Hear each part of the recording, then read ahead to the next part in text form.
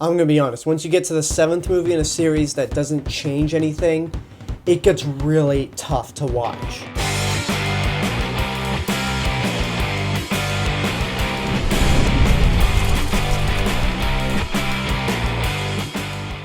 This is Gamera vs. Zigra, the 7th Gamera movie, which starts off with a weird spaceship that goes over a moon base and destroys it before making its way to Earth. The interior of the spaceship contains a giant shark head, which is known as Zigra, who plans to go down to Earth and kill all the humans just so he can rule the oceans and stop them from polluting the ocean. And so, once again, as you can imagine, it's up to our favorite flying, fire-breathing turtle, Gamera, to save the day. Now, this review might be a little shorter than the others because I really can't say much without repeating everything I've said beforehand with these movies.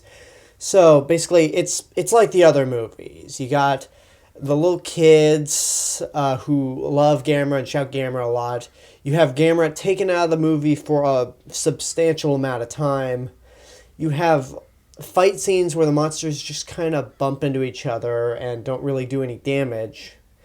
And you have a lot of bullshit with the human characters that we really don't care about. It's the same formula we've seen many times before, but with the 7th movie, it's just lost its steam. And maybe because this is the 7th movie, I felt really angry with it. For one thing, the two kids remind me of Toshio from the first movie. These annoying little brats that constantly get themselves into trouble.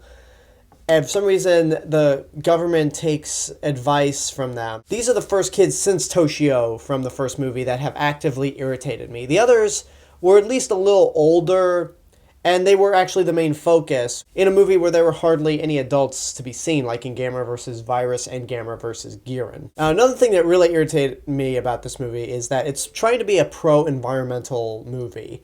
The monster Zigra comes down because he wants to kill all the humans because they keep polluting the oceans. I hate to bring up this series every time I talk about one of these Gamera movies, but since both these movies came out in the same month of 1971, I have to.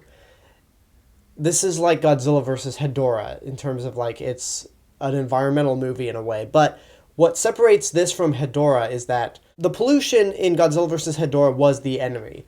The smog monster, Hedorah, was created by pollution. He's basically a walking piece of trash and environmental hazards. This one, it's the enemy monster who wants to stop pollution, granted at the cost of killing people. But when we were given exposition on what Zigra's plan is, I'm just like, yeah, I'm with the enemy monster side. You don't want that. You don't want the enemy to actually make a valid point about the film's message, because at least, again, with Godzilla vs. Hedorah, the smog monster Hedorah was the enemy. And also in this movie, there's no bizarre, Godzilla can fly scenario like there was in Godzilla vs. Hedorah. Now, is there anything in this movie that I actually liked? Well, even though I just ranted about the enemy monster being the pro-environmentalist, Zigra is actually a really cool look.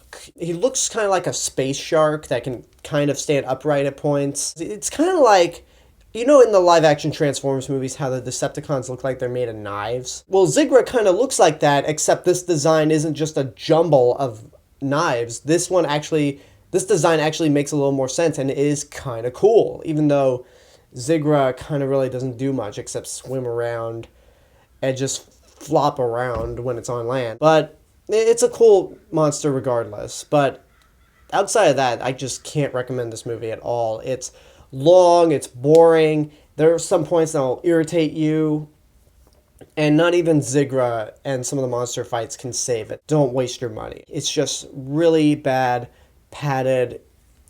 This is not a good movie at all. Months after Gamera vs. Zigra came out, Daiei eventually went bankrupt, but would be saved 3 years later in 1974, where they would continue to make some more movies through different methods until they officially got acquired by Kadokawa Pictures, which would distribute the last Gamera movie made, but we'll get to that soon. And that's my review for Gamera vs. Zigra. Leave a comment, tell me what you thought of the movie, if you've seen it. Like, subscribe, go check out my video blog channel. You can follow me on Twitter, Facebook, and Instagram.